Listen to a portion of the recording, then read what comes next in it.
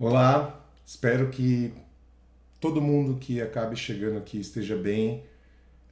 Espero melhor para todos nós. Sei que está muito difícil. Se você caiu aqui agora, eu estou falando de educação tem algum tempo.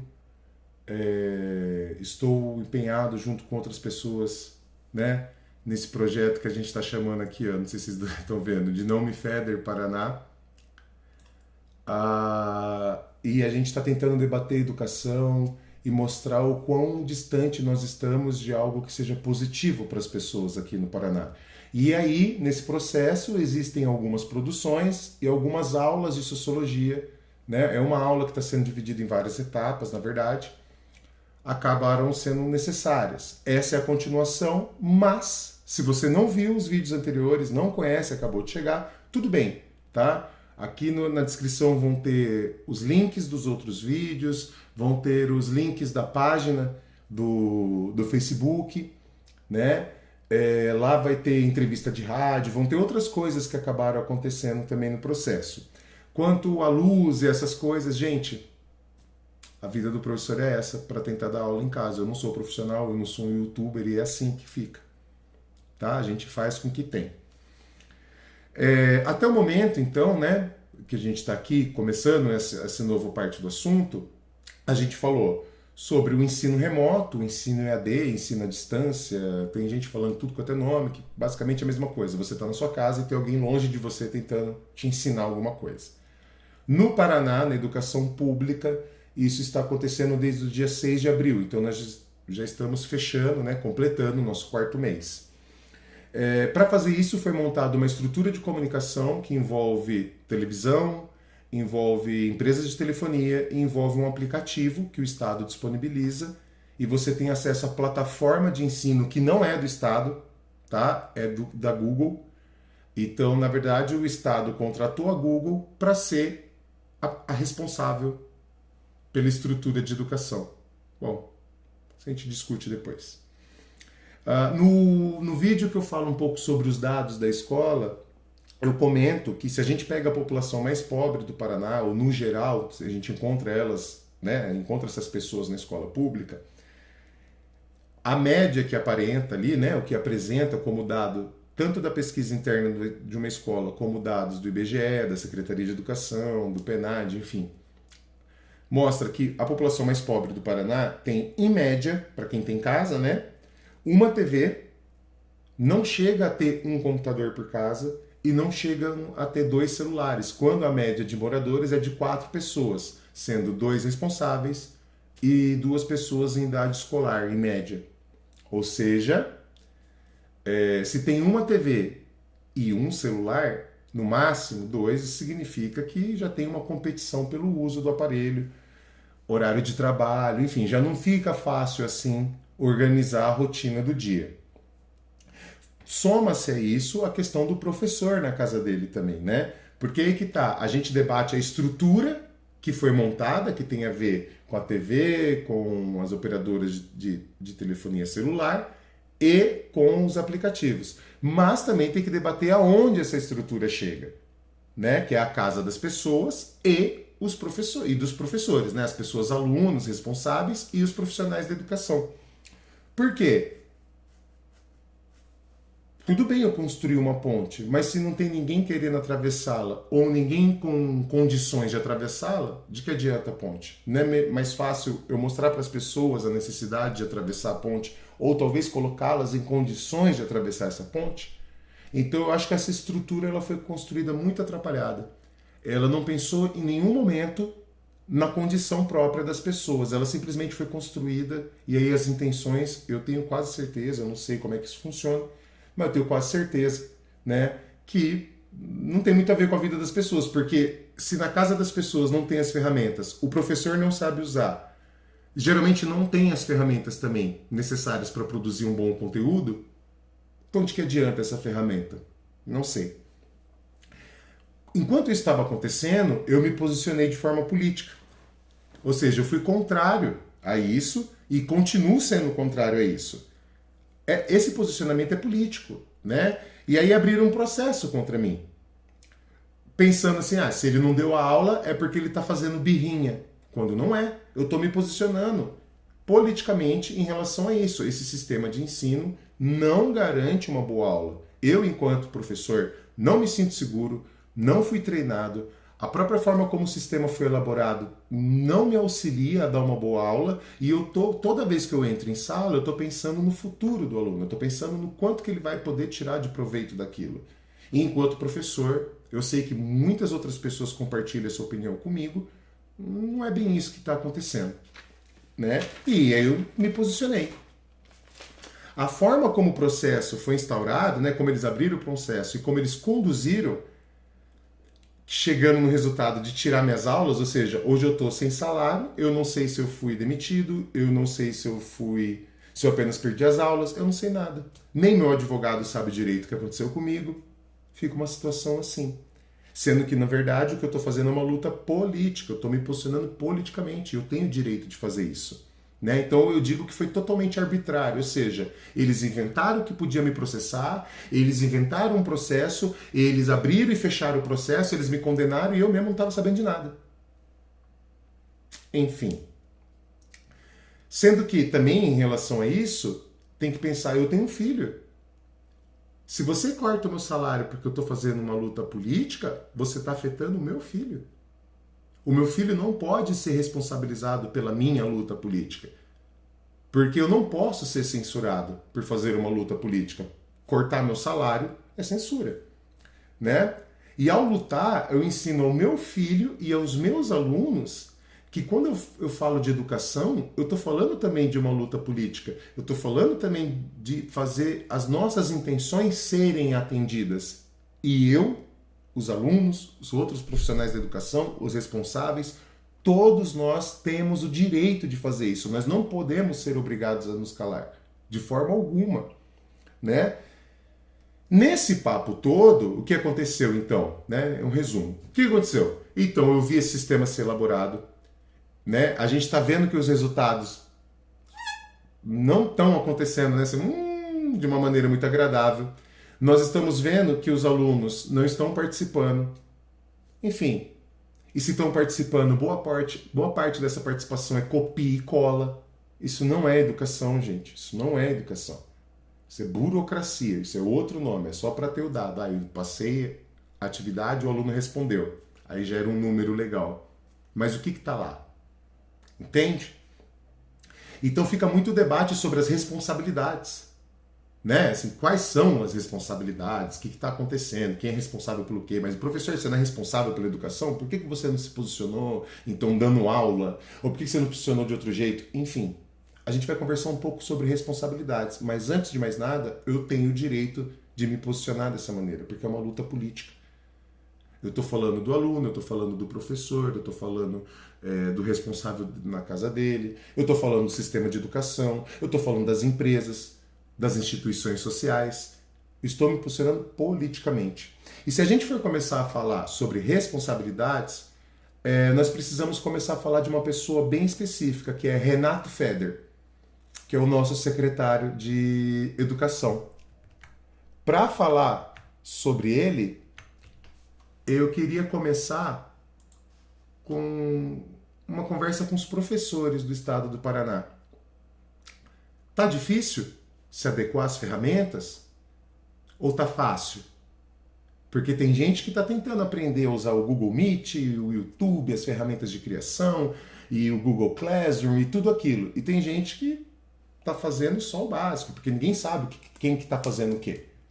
Eu estou falando com você que está se esforçando. Tá fácil?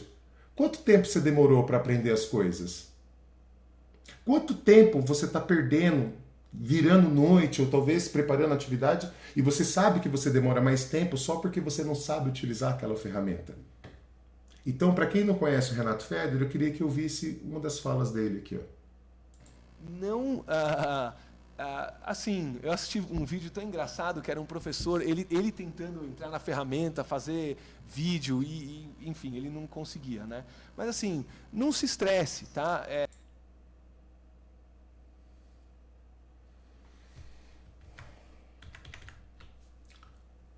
Entendeu? Isso que você está passando é muito engraçado. Ele se divertiu. Porque quando você está preocupado em aprender ferramentas, quem te obrigou a aprender essa ferramenta? Foi o próprio secretário. Aí você não consegue, tá aí até hoje se matando para aprender e ele acha divertido, é um caso engraçado. É engraçado você sofrer porque você está se preocupando em entregar o seu melhor para os seus alunos. É engraçado. Nossa, divertidíssimo, né, professor? Aluno, você está se divertindo com o seu professor que não sabe utilizar a ferramenta? Você que é responsável por uma criança da educação do Paraná, você fica feliz que o chefe do professor acha engraçado que ele não sabe utilizar a ferramenta, que é a única que ele tem hoje para ensinar seu filho? Tá entendendo? Olha que interessante, né? Só que aí, essa pessoa aí, ela também tem um currículo. Ó, vamos falar desse currículo? Vocês vão achar interessante isso também. Aqui, ó. Olha que legal. Eu conheço um pouco mais do currículo dele, mas eu quero mostrar uma outra coisa interessante. Não existe na Wikipedia aqui, ó, o currículo dele em português, só em inglês. Importante, né? O mundo inteiro quer saber quem é Renato Feder. Ó, os brasileiros não. Por isso que não tem em português, tem em inglês. Parece uma coisa bem original, né? Feita por alguém que estava preocupado em saber quem era o Renato Feder. Aí fala aqui, ó, Renato Feder nasceu aqui, é um economista brasileiro, empreendedor, político e diz aqui que é professor. A gente já vai falar o porquê que diz que é professor, viu? Está servindo como secretário de Educação do Estado do Paraná desde janeiro de 2019 e ele também aqui diz partner, companheiro, mas ele é sócio, né? Numa empresa brasileira de produtos eletrônicos e de computação, que é a Multilaser. Beleza? Biografia. Nasceu na cidade de São Paulo, se graduou em administração e tem um mestrado em economia. Ele pode até ser professor, mas ele nunca entrou numa sala de aula de educação básica, lá no ensino médio, no ensino fundamental. Entendeu? Nunca. Aí fala um pouco aqui, de quem ele é sócio, fala que, né, ele assumiu o escritório, né, assumiu a secretaria então, de Educação do Pará em 2019, nomeado pelo Ratinho Júnior. E aqui já conta que ele foi meio que selecionado para ser o novo ministro da Educação, mas não aceitou. Veja bem, olha aqui, ele nasceu em São Paulo, em 78, se graduou em administração na Fundação Getúlio Vargas, lá em São Paulo, tem um mestrado em economia lá em São Paulo. Por que isso é importante? Veja bem, ele é um administrador com formação em economia. E ele é lá do estado de São Paulo, gente. Ele não é daqui, não tem nada a ver com o Paraná. Aí você me pergunta, como é que pode um cara formado em administração, com mestrado em economia, se tornar o secretário de educação? Se a outra grande experiência dele foi ser diretor de uma empresa de eletrônicos. Então, o que não está aqui é o seguinte, um pouco antes de ser secretário de educação, ele foi assessor do secretário de educação lá de São Paulo. Assessor. Aí você se pergunta, mas peraí, vamos de novo. O cara é formado em administração, tem mestrado em economia e virou assessor da educação? Como assim? É porque no meio disso tudo, ninguém sabe como, ele e esse sócio aqui, ó, esse camarada aqui, ó, o nome dele aqui, rapidão, Alexandre Ostroviec, se é que eu sei dizer o nome desse cara, escreveram um livro sobre educação. Eles eram presidentes da Multilaser e escreveram um livro sobre educação. Da onde? Aí eles escreveram um livro sobre educação, viraram assessor. Um deles largou a empresa, que ele continua sócio, virou assessor do secretário de Educação do Estado de São Paulo, porque esses dois escreveram um livro sobre educação, e de repente ele se torna o secretário de Educação do Paraná. Aí você me pergunta, como? Sabe o que eu te respondo? Não faço a menor ideia, porque aparentemente no Paraná não tem ninguém bom o suficiente. Interessante, né? Segue o baile. Tem várias coisas que a gente falou e ele sempre soube. Quer ver? Eu virei para vocês e falei, ó o número de aparelhos eletrônicos dentro da casa de uma pessoa. Lembrando que ele conhece o ramo de aparelhos eletrônicos. Ele é dono de uma das maiores empresas sobre isso no Brasil e na América Latina. Vamos lá? Então ele fala isso aqui, ó. Numa entrevista para a CNN, que aqui ele ainda estava cotado para ser ministro, ó. Olha que legal, olha o que ele está falando.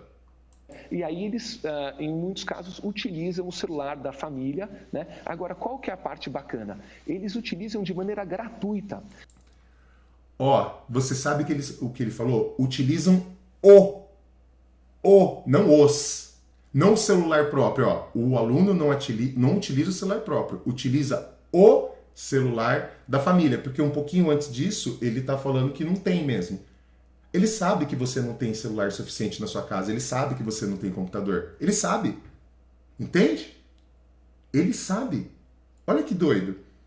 Aí, outra coisa que a gente falou e que ele também sabe é que assim, ainda que exista a estrutura, né? Ou seja, tem lá o aplicativo, tem a rede 3G, tem a TV, tem isso, tem aquilo. O Estado ter montado um aplicativo que dá acesso a isso não garante que a estrutura de telefonia seja boa. Aqui em casa, o sinal de telefone é uma porcaria. É uma porcaria. Se eu fosse depender do sinal de telefone para fazer qualquer coisa aqui, eu tava pego. Tá? Então, como é que ele sabe? Olha que interessante. Como é que ele sabe que a estrutura não funciona? Quer ver que legal? Esse deveria ser o foco do time de gestão da educação, né? E não discutir escritores, né? Acho que travou o sinal, o sinal de internet do secretário de Educação do Estado do Paraná. A gente vai...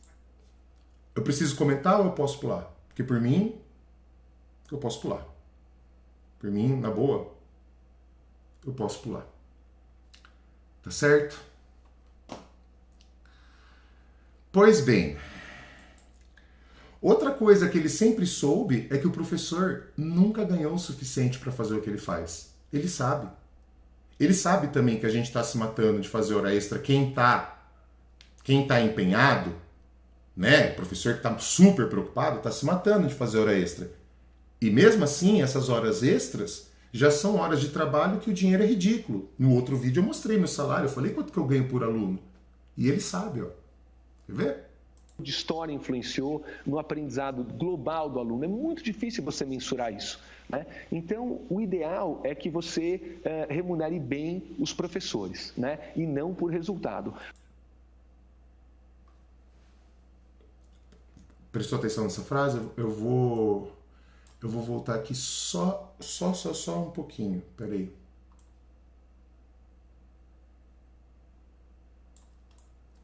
Vamos lá? De novo, ó. Né? Então, o quanto que um professor de português influenciou, o quanto que um professor de história influenciou no aprendizado global do aluno. É muito difícil você mensurar isso, né? Então, o ideal é que você remunere bem os professores, né? E não por resultado. O que ele está dizendo é o seguinte, que o professor e a escola, então no caso, por consequência, não podem ser responsabilizadas por índices ruins, que na verdade você teria que aumentar o investimento. Você que é professor, professora, há quanto tempo que a gente batalha para ter um reajuste salarial e basicamente não tem? Ou quando tem, é um negócio muito enrolado, a gente passou meses sem um reajuste. Enfim, não vamos nem entrar nesse mérito da questão. Mas ele sabe, porque ele virou e falou, o ideal seria que o professor fosse bem remunerado. Como se no Paraná nós estivéssemos sendo bem remunerados. Ele sabe, né? Só que tem uma outra coisa que parece que ele não sabe. Parece que ele não sabe que está dando errado. Porque olha o que ele fala sobre educação no Paraná em tempos de pandemia. Agora é no começo da entrevista, anotou? Porque ele está se vendendo. É isso que ele está fazendo. Ele está se vendendo como novo ministro da educação. Então escuta isso aqui. Como é que o senhor vê essa questão na eventualidade de vir a assumir o cargo? Olha, eu conversei muito sobre o que está acontecendo aqui no Paraná, né? Então, no Paraná, as professoras e os professores realmente deram um show de educação na gestão, né, do governador Ratinho Júnior aqui no Paraná. A educação melhorou bastante. Quer que eu volte? Não sei o que ele tá, do que ele está falando. Eu vou voltar um pouquinho e a gente vai ouvir de novo. Eu quero que os alunos, os responsáveis, os professores, todos os profissionais da educação escutem isso. Ó. Isso aqui foi no começo do mês, tá? Aliás, foi no final do mês passado, dia 24 de junho. Preste bem. Atenção nisso aqui, ó. Ele assumiu o cargo. Olha, eu conversei muito sobre o que está acontecendo aqui no Paraná, né? Então, no Paraná, as professoras e os professores realmente deram um show de educação na gestão, né, do governador Ratinho Júnior aqui no Paraná. A educação melhorou bastante com ações práticas que o mundo já realiza. Quando você vê o que acontece na Coreia do Sul, no Canadá... Você está se sentindo na Coreia do Sul? No Canadá? Eu preciso comentar ou eu posso pular para o próximo tópico? Porque, enfim. Só que tem uma coisa que a população não sabe, Renato Feder. Você é secretário de Educação. Você não sabe o resultado do que você está fazendo, pelo que você está dizendo aí. Só que tem uma outra coisa que a população não sabe. Quanto foi gasto nisso? Quanto dinheiro foi gasto nisso tudo para a gente ter esse resultado pífio e esse cara aparecer na televisão falando que você, professor, está dando um show na educação? Que show? Você está frustrado? Ou você está nem aí?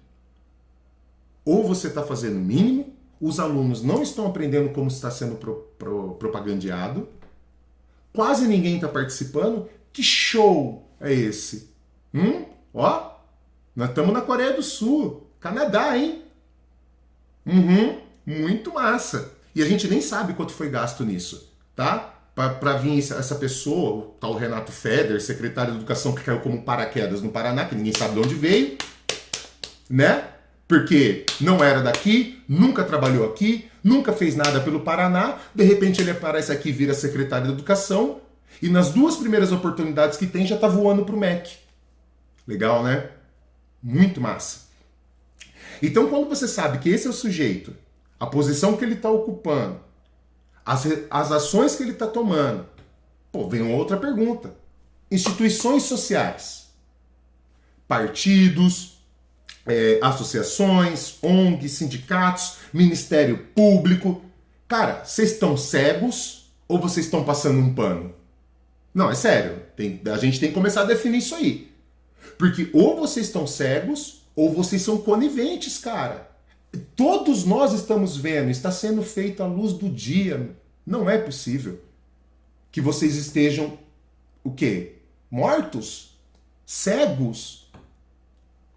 Porque a outra opção é que vocês estejam sendo coniventes. Está na hora de aparecer e mostrar que não é isso. Cadê vocês, instituições sociais? Precisou um bando de pessoas se organizar para falar isso para a população? Ou vocês têm medinho dessas pessoas? Pô, então não serve para nada isso aí. Do que a gente está falando? Vamos acordar, tá certo? E é o seguinte, agora é o ponto central da nossa aula. O que estão fazendo com a gente? Sacou? O que está rolando, né, nesse meio tempo aí? Então, para saber o que estão fazendo com a gente, eu entro no conceito que a gente vai abordar da nossa aula, que é o de direitos humanos. Não pode falar em direitos humanos. Calma. Primeiro a gente tem que saber o que são direitos humanos. Para resumir a paçoca, sem ficar falando data, Segunda Guerra Mundial, piriri, piriri, poró, vamos resumir mais ou menos que ideia é essa de direitos humanos. Fica assim, ó. Então imagina que vários países do mundo, tá? Não necessariamente todos, mas vários países do mundo, definem que existe um limite para o desrespeito. Ou seja, toda vez, né, que uma pessoa for agir, ou que uma instituição social for agir, como o Estado, uma Secretaria de Educação, o Ministério Público, os partidos, uma empresa, tá? Então, toda vez que uma pessoa ou uma instituição social for agir, elas têm que ter princípios básicos de respeito e dignidade. A minha ação tem que garantir que aquela pessoa continue sendo respeitada e continue tendo uma vida digna. Ou seja, quais seriam nossos direitos e deveres básicos para podermos agir e criar leis? Lembrando que tem que ter um mínimo de respeito e dignidade. Bom, para responder essa pergunta foi criada a Declaração Universal dos Direitos Humanos no dia 10 de dezembro de 1948. Isso tem a ver com o final da Segunda Guerra Mundial, mas como para o que a gente está fazendo aqui não vai valer a pena a gente entrar nesse mérito, eu decidi explicar na prática como isso se aplica a essa nossa discussão, né? Então, o que isso tem a ver com a educação? Tá certo? Para começo de conversa, eu vou abrir aqui, ó, rapidão. Viu? Ó? A Declaração Universal dos Direitos Humanos.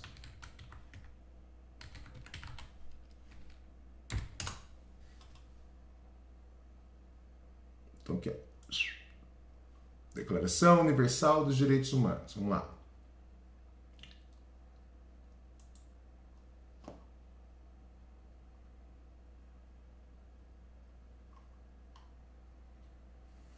Vamos lá. Então, foi feito isso, né? Assim, ó. O negócio é que você precisa, de alguma maneira, respeitar as pessoas. No artigo 22º, tá? Da Declaração dos Direitos Humanos, vamos lá, ó. Tá escrito aqui, ó. Vamos ler junto? Toda pessoa, como membro da sociedade, tem direito à segurança social, ou seja, uma sociedade que a proteja, e pode legitimamente exigir a satisfação dos direitos econômicos, ou seja, eu posso exigir emprego, eu posso exigir respeito às minhas liberdades econômicas, né? Sociais, ou seja, acesso à educação, saúde, transporte, e culturais indispensáveis. Ou seja, quando eu digo que eu tenho um direito social e cultural indispensável, a escola é elemento central nisso. É na escola que a gente aprende um monte de coisa para poder viver, né? E isso graças ao esforço nacional e à cooperação internacional, né? De harmonia com a organização e os recursos de cada país. Ou seja, se o Estado do Paraná tem recurso para organizar a educação, essa educação tem que primeiro me garantir a dignidade humana, ou seja, um desenvolvimento, né?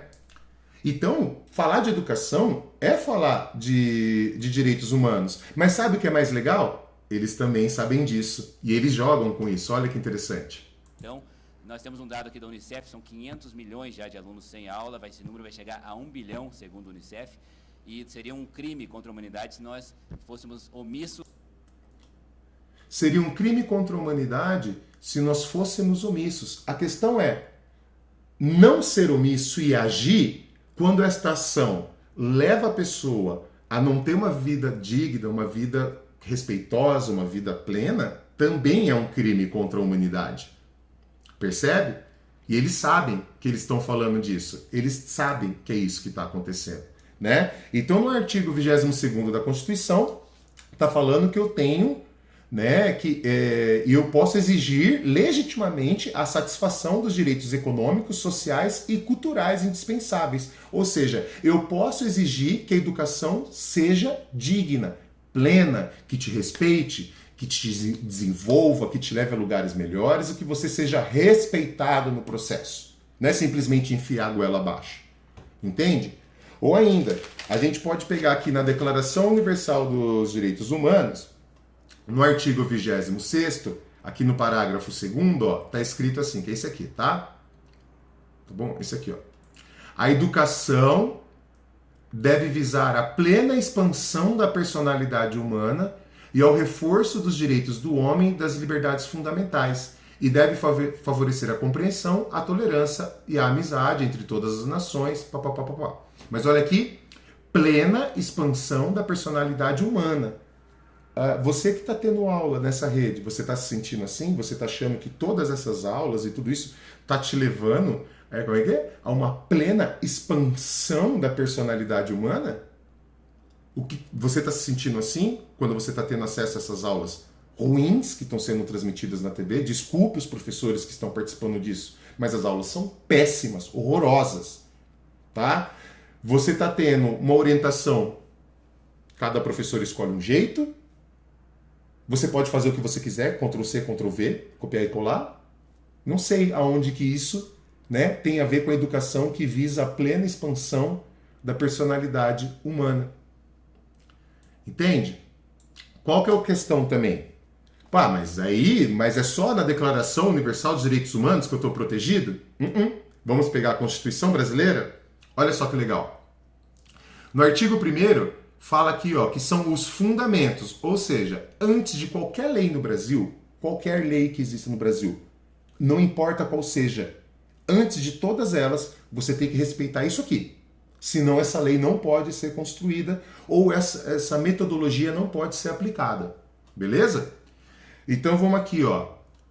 Fundamentos. Terceiro aqui, ó, o inciso 3º, a dignidade da pessoa humana. A sua dignidade, ela está acima de qualquer secretário, de qualquer lei, de qualquer político. Beleza? E de qualquer instituição social também. Os valores sociais do trabalho e da livre iniciativa. Você está sentindo, profissional de educação em geral, que o seu trabalho está sendo valorizado? É isso que você está sentindo? Você está vendo que a sociedade está olhando para o seu trabalho e ó, você está se sentindo feliz, pleno, realizando um ótimo trabalho, com ótimas condições? Porque o valor do seu trabalho, educador, seja qualquer lugar da escola que você trabalhe, da secretaria, faxina, professor, qualquer um, o valor do seu trabalho é social. A educação não é para o professor receber dinheiro, é para a sociedade receber pessoas boas, desenvolvidas e que queiram melhorá-la. Veja que interessante. No inciso 5º, o pluralismo político. O que isso significa? As pessoas têm o direito a pensar de formas diferentes e se posicionar. Você também, assim como eu, entende? Você também pode se posicionar. Nós somos livres para fazer isso. Essa é a questão. Ou ainda, a gente pode ir para o artigo 5º, né? Aí ele define aqui, ó, no artigo 5º, né, que a gente tem direito a várias coisas, tá? Aqui, mas não vamos entrar no mérito, mas ó, no inciso 3º diz que assim, ó, ninguém será submetido a tortura nem a tratamento desumano ou degradante. Você que é responsável por algum aluno da educação pública do Paraná, não é degradante quando você vê que você está sem as ferramentas necessárias, que você está preocupado demais com o seu emprego, ou de repente com o desemprego, ou de repente com a grana que não veio? Não é degradante você sentar ao lado do seu filho e ver que você é basicamente o único que está ali para ajudá-lo? Porque a escola está atrapalhada, a TV está atrapalhada, nada está acontecendo direito e você não consegue dar esse apoio? Não é degradante? Não fere a sua dignidade? Né? E ainda no artigo 5º, né, que é esse, né? Então vamos lá. Tem ainda a seguinte, desculpa, no artigo 1º tem o parágrafo único, né? A República Federativa do Brasil buscará a integração econômica, política, social e cultural dos povos da América Latina, visando a formação de uma comunidade latino-americana de nações. Parece não ter muito a ver o que a gente está falando, mas para tudo isso aqui acontecer, você que está aí na sua casa tem que entender do que se trata. Se você não entende nem a Constituição, imagina como é que eles não tratam você. Sacou? Porque isso que eu achei que foi interessante eu mostrar isso. Tá? Então eu falei, ó, o que a educação tem a ver com os direitos humanos? Eu mostrei os artigos, que não são os únicos, mas podem começar a te mostrar. O que isso tem a ver com eu e você aqui? Pode começar pela Constituição. Quer outra? O que isso tem a ver com o meu processo? Por exemplo, o Brasil também assina um outro tratado internacional que se chama, né, aqui ó, voltou ao nome, Convenção Americana de Direitos Humanos, Pacto de San José da Costa Rica. Lá no artigo 13º, vamos aqui, ó, tá escrito assim, ó, Toda pessoa tem o direito à liberdade de pensamento e de expressão. Esse direito inclui a liberdade de procurar, receber e difundir informações e ideias de qualquer natureza, sem considerações de fronteira, verbalmente ou por escrito, ou em forma impressa ou artística, ou por qualquer meio de sua escolha. Eu escolhi não dar aula e brigar por isso. É meu direito, eu não posso ser penalizado, porque eu vou dar essas aulas, eu quero dar essas aulas. Eu não posso ser penalizado por isso.